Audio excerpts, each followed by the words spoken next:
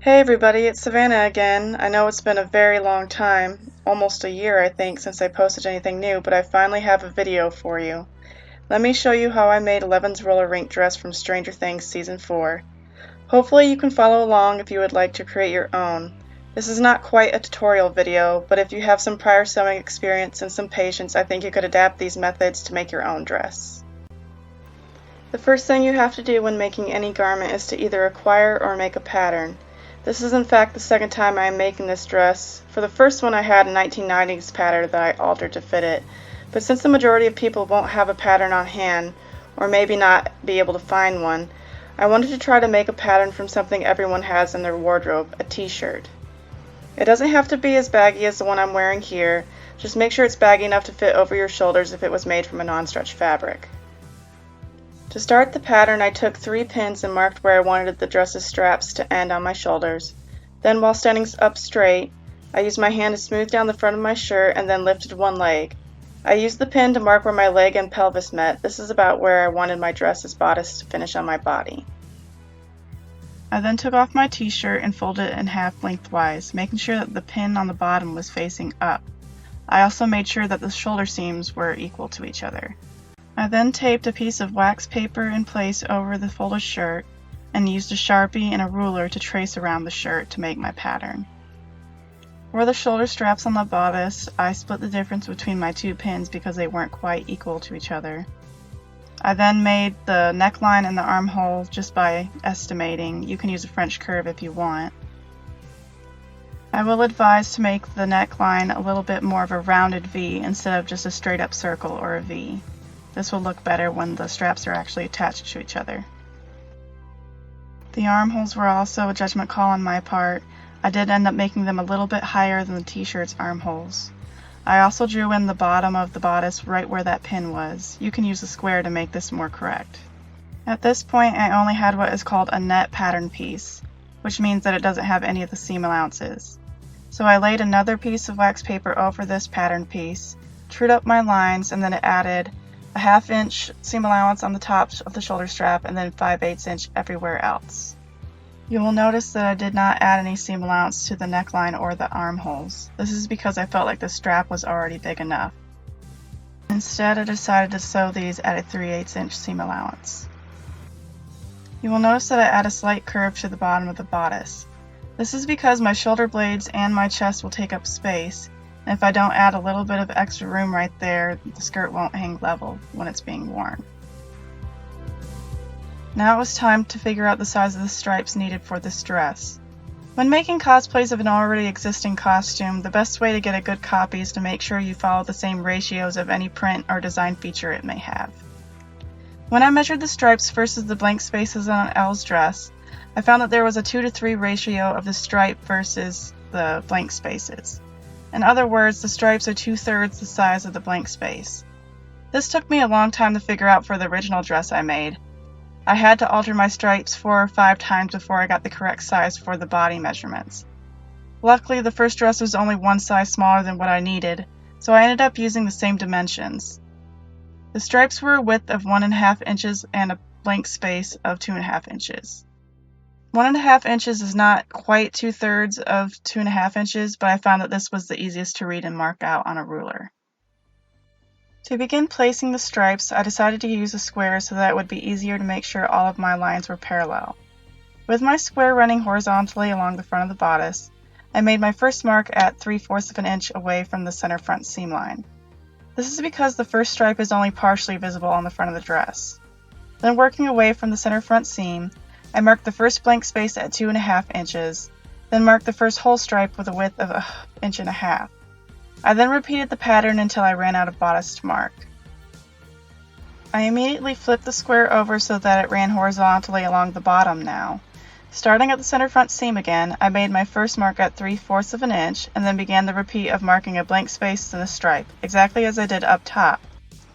I then used a straight edge to connect the hash marks to make the vertical stripes of the bodice. Before I began to place the horizontal stripes, I switched my Sharpie to a different color to make it less confusing when I was marking the fabric later. I used the same technique for the horizontal stripes that I did for the vertical, except I made my hash marks along the center front seam of the bodice piece. I started at 3/4 of an inch again, away from the bottom of the neckline. I worked my way down the front seam, marking out a stripe first, then a blank space. I repeated until I reached the bottom of the bodice. I then flipped the square and used the last vertical stripe as a guide to make the hash marks down the side seam edge of the bodice. This is where the square really comes in handy because it will keep the horizontal stripes perpendicular to the center front of the bodice. I then marked out the horizontal stripes by connecting my hash lines. I used my newly laid out stripes as a reference point to continue the pattern of the stripes up the bodice straps.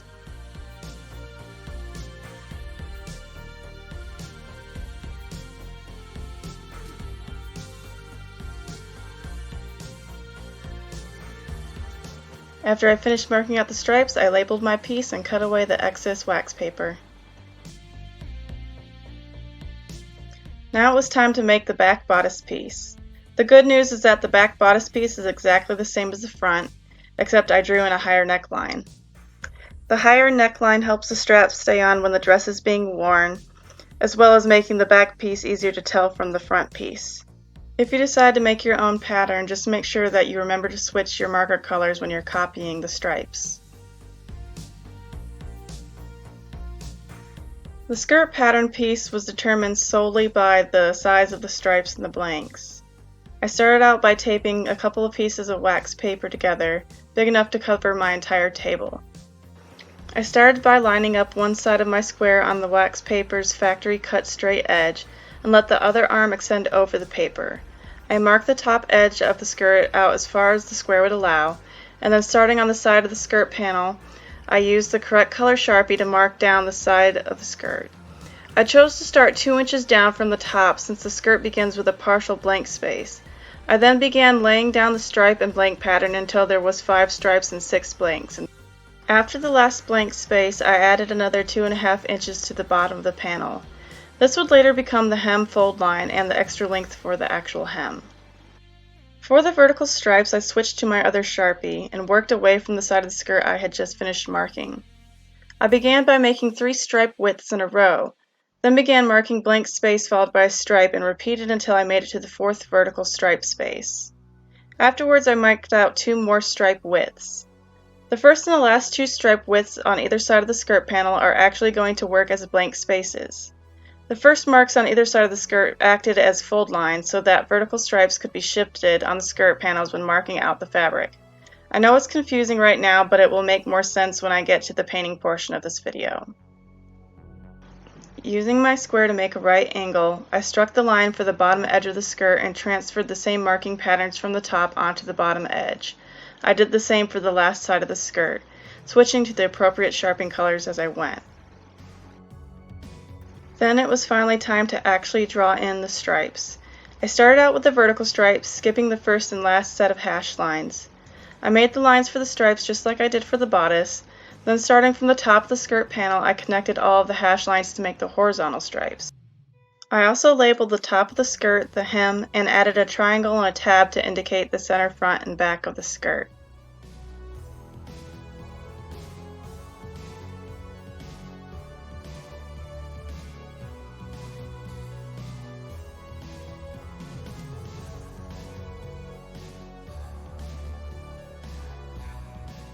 The pocket was the last pattern piece I made. Using the skirt panel, I located a cross-section of 2 vertical stripes and 3 horizontal stripes. I laid a piece of wax paper centered over this spot and taped it down to keep it from moving while I worked.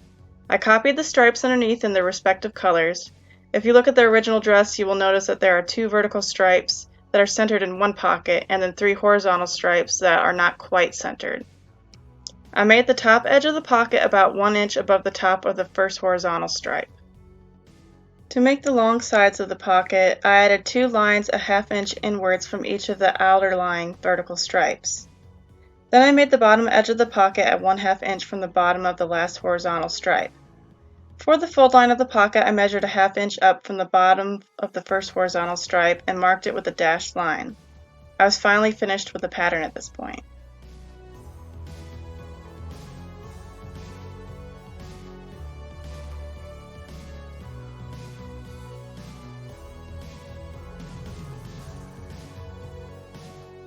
Now it was finally time to get to making the dress.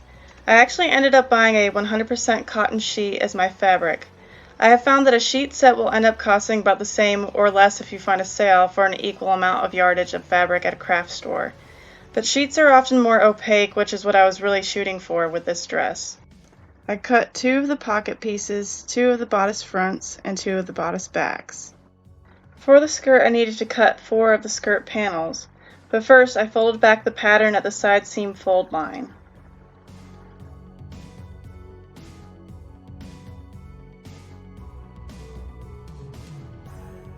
With all the pieces cut out, it was then time to mark out all the stripes. To make this easier, I like to take a pin or a thumbtack and bore holes in my pattern pieces at the end of each stripe. This allows me to use my marking pencil while having the pattern piece fully pinned into place. I just had to be sure I was using the correct stripes on each piece and not accidentally making 2 pieces with only vertical stripes or horizontal stripes.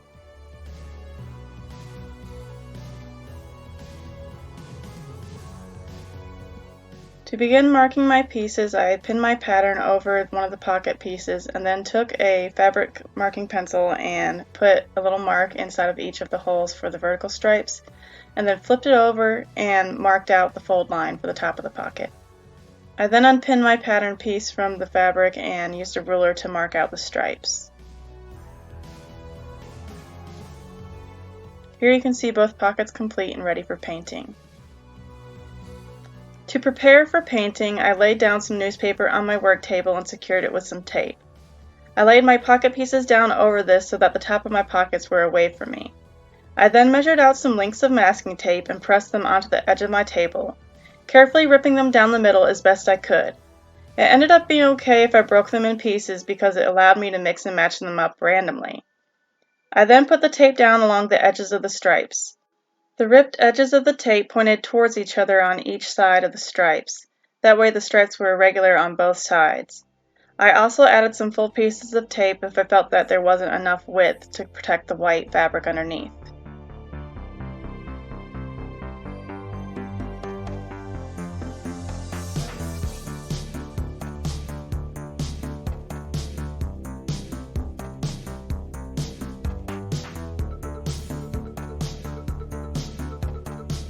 I then took a piece of tape and began cutting tiny little strips in random sizes. This would be added to the inside of the stripes to make the little white flecks you can see in Elle's dress.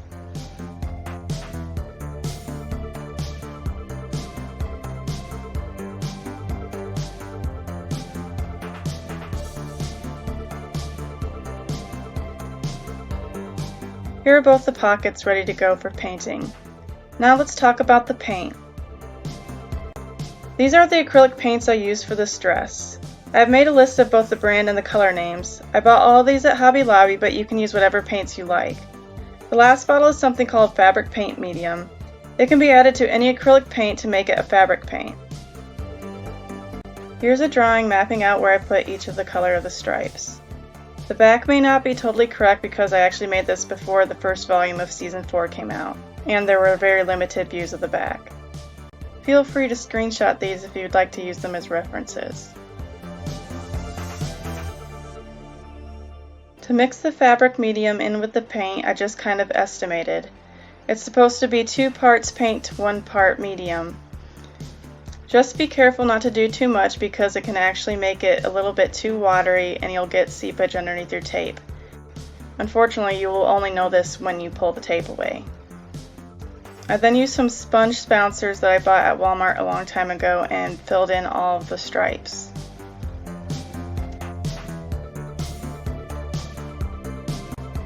When I was finished with each piece, I would either peel or cut the pieces from the newspaper and hang them up somewhere safe to dry. I replaced the newspaper in between each paint session because it usually got damaged in the removal or would cross-contaminate other pieces. Before marking out the stripes for painting the bodice, I did end up trimming away some of the side seam allowance. I actually wish I had taken off a little more along the whole length, but that's alright, I altered the dress later to fit me. I then moved on to mark all the bodice pieces, front and back.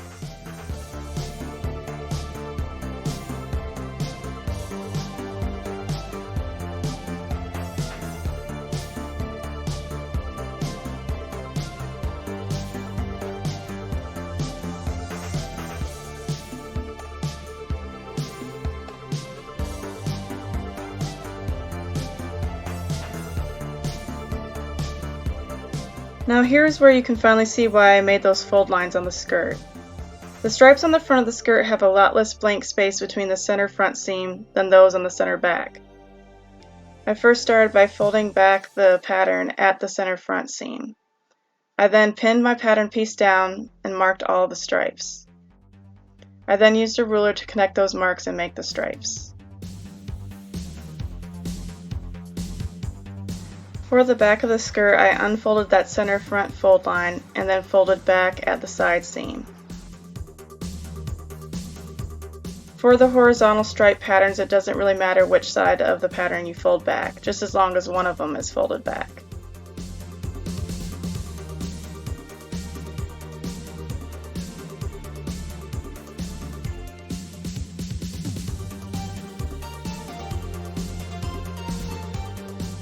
I also marked the hemline for each skirt panel so it would be easier to tell the top and the bottom of the panels apart.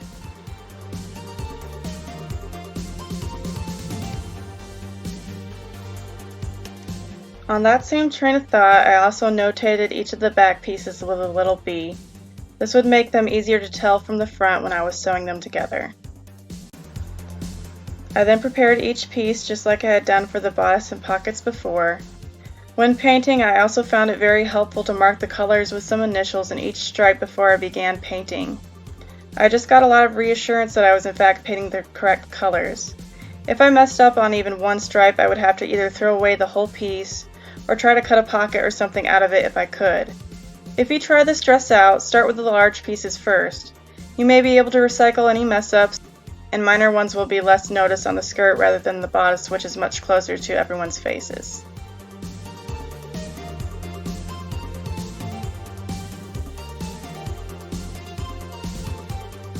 Once every piece was painted and dry, it was time to remove the tape and paint the little squiggle designs on the dress.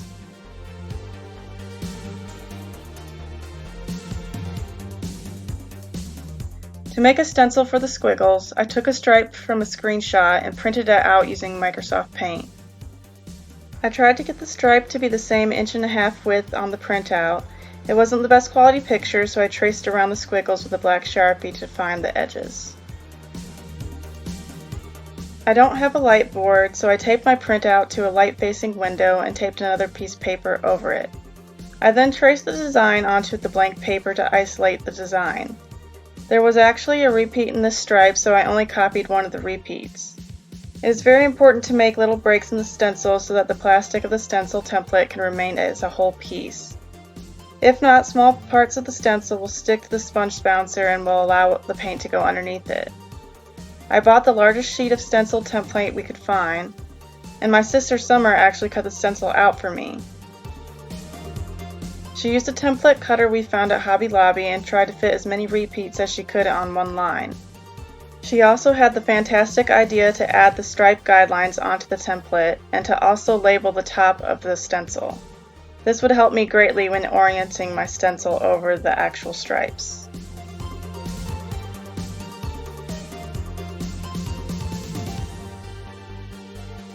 We were actually able to get 3 stencils per one page of stencil template. For the squiggles, I did not use any fabric medium in my paint. I found that it diluted the already light colors too much to cover well. For the squiggles, you will notice that there is a pink and a yellow color. Any panel with a red stripe in it gets the yellow, and any panel with the bright magenta gets the pink. Here's another color chart to help you out. To begin, I lined up the start of the squiggle design with the top edge of the pocket and used my stripe guidelines to place the stencil over the stripe correctly. When using the stencils, I also found that not overloading the sponge and keeping the stencil pressed down with my fingers while working was the best for getting a clean design. Pushing down hard on the sponge would result in a lot of underseepage, so pressing repeatedly with a medium pressure gave the best results. Practicing a few times before beginning on the actual dress also helped me get the feel for it. When I finished painting one stripe, I carefully picked up one edge of the stencil straight up to prevent any paint going onto the white spaces. When painting multiple stripes on the same piece, I also made sure to stagger the design so that the repeats weren't exactly in line with each other. I also made sure to wash each stencil in between and use a towel to dry them afterwards. Since I had 3 to work with, I always had a dry stencil in rotation. Once I finished painting all the squiggles, I went back with a fine paintbrush and filled in all of the gaps by hand. I continued pretty much the same for all the rest of the pieces.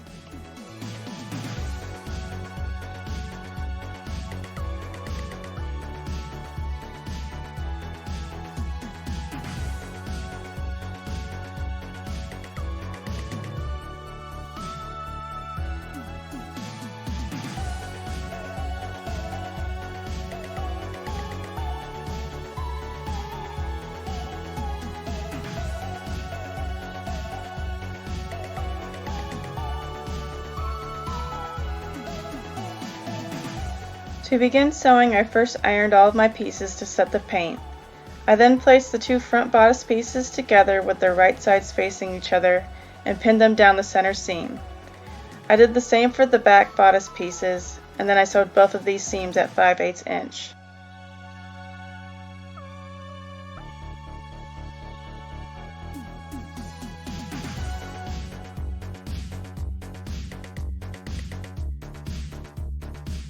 I then took the pieces to the ironing board and pressed the seams open.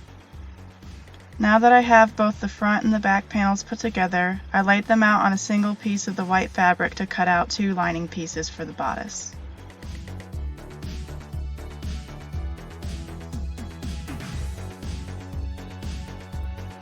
I then placed the lining pieces together and pinned them at the side seams only.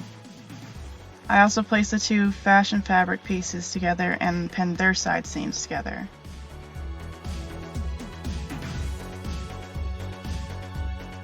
I then sewed these side seams at 5/8 inch and pressed the seams open.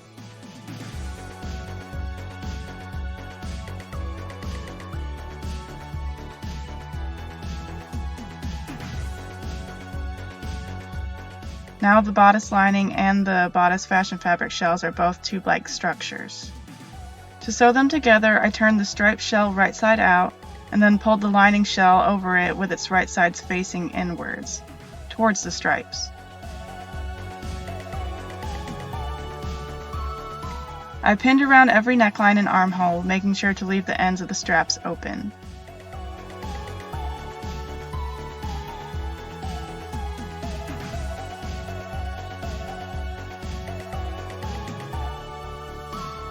Before taking this to the sewing machine, I first went to the ironing board and pressed the lining on the shoulder straps back 1/2 of an inch. I then sewed all the necklines and armholes with a 3/8 inch seam allowance.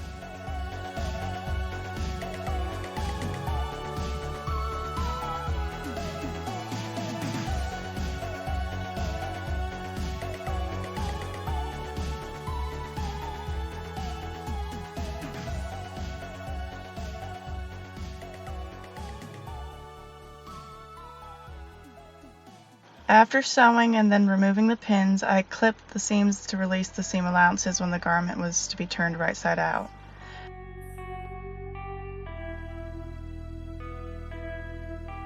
I then turned the bodice right side out and pressed all of the edges really well, making sure that the white lining did not show from the outside.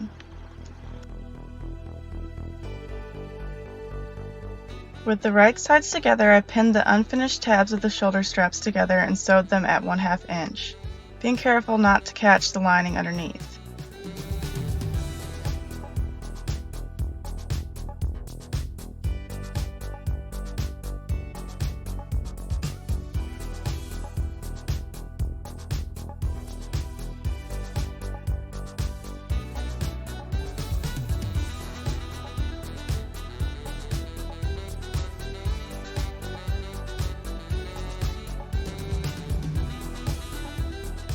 I then trimmed the corners of these seams and pressed them open. The seam allowance should be able to tuck right under the lining at this point.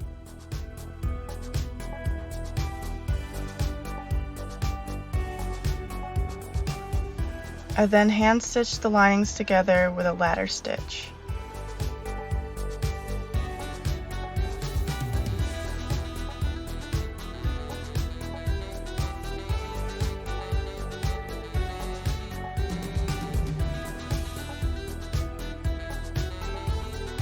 To finish off the bodice, I used a large stitch on the machine to baste the bottom of the outer shell and the lining together. I did use pins at the seams just to make sure they stayed lined up when I stitched around the bottom. I forgot to take some footage, but here's the bodice completed. To begin work on the skirt, I first serged all around the edges of the pockets and each of the long sides of the skirt. I did this just to bind the edges and did not cut any excess off the seams. If you don't have a serger, you can use a zigzag stitch, pink the edges with some pinking shears, or even French seam the skirt. I then pinned the two skirt front panels together at the center seam with right sides together. I sewed them together at 5/8 inch and then pressed the seam open. I repeated the process for the back skirt panels off camera.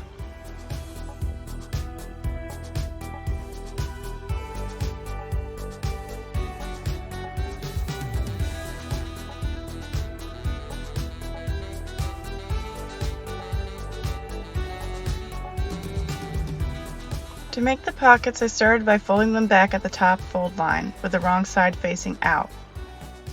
I turned the short edge up about 1/4 inch and pinned it down in preparation to sew it. I then stitched just the foldovers at 5/8 inch seam allowance.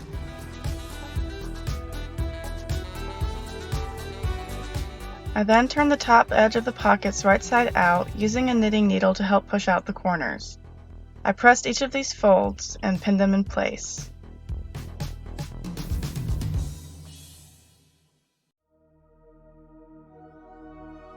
I continued to fold and press along the sides of each pocket at 5/8 inch. I then whip stitched the top of the pockets closed before placing them on the skirt's front.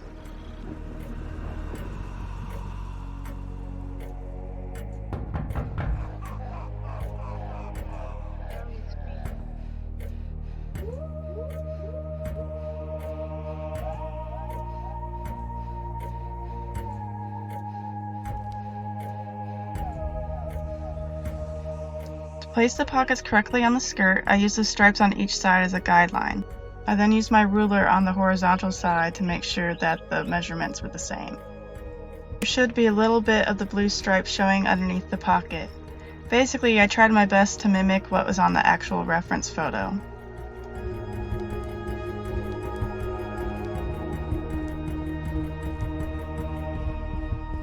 I then took this entire panel to the machine and top stitched around the 3 edges of each pocket.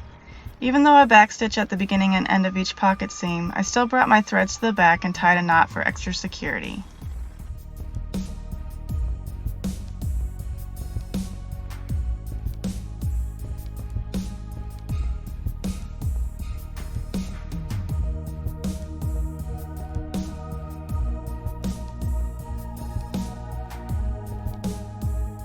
The next step was to put 2 lines of gathered threads across the top of each half of the skirt. I changed my top and bottom threads so that they were different colors and set my length to 3.5 millimeters wide. I then turned my tension dial in between 2 and 3 settings so that it was loose but not so loose that the bobbin would pull loops down. I then sewed one line of stitching at 1/4 inch from the top edge and the second line of stitching at 3/4 inch. I did start and stop these a little early because I still had to sew the skirt panels together before gathering. I then pinned the 2 side seams of the skirt together with right sides facing each other, making sure that the tops and the bottoms matched up. I stitched these seams at 5/8 inch and then pressed them open.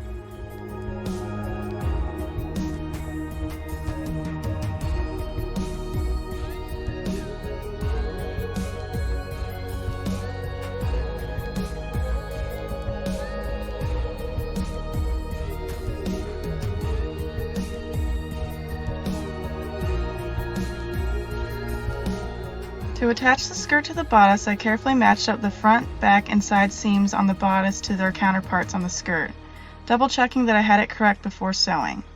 I then pulled on the ends of my bobbin threads and eased the skirt to fit the bodice edge. I tried my best to make the stripes equally spread throughout the bodice.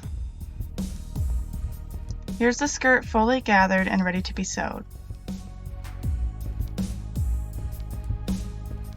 I then sewed around the seam at 5/8 inch.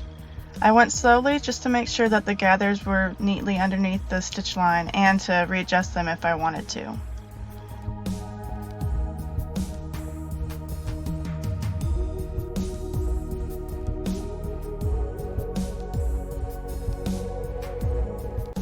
I checked the seam and made sure no gathers escaped the stitch line and then pulled the visible gather stitches out. They are no longer needed at this point. I then serged the seam to finish it and gave the gathers a quick press. The hem was easy since I had marked the fold lines from the start. I just turned the dress inside out, folded the hem up, pressed it, and pinned as I went around the skirt. I then whip stitched the hem by hand. You can do a blind stitch on your machine if you want. I just like to do it by hand. You may think I was done at this point, but I had one more step left. I gave the dress a soak in the bathtub to remove any chalk pencil that was still visible. I then put it through the dryer and gave it a good iron afterwards. Then it was time to have some actual 1980s fun.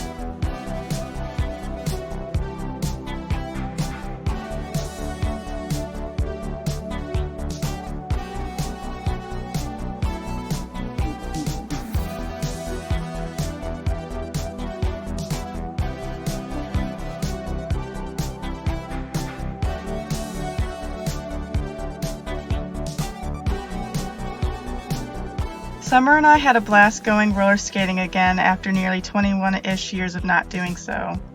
I highly suggest looking to see if you have a roller rink nearby, and give it a try if you've never been before. Just make sure you behave yourself.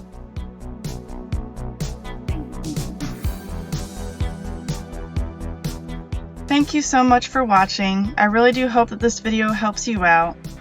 I know that there are a few options for cosplays of this dress available right now, but there really is no better feeling than being able to say thank you, I made it, when somebody compliments your costume.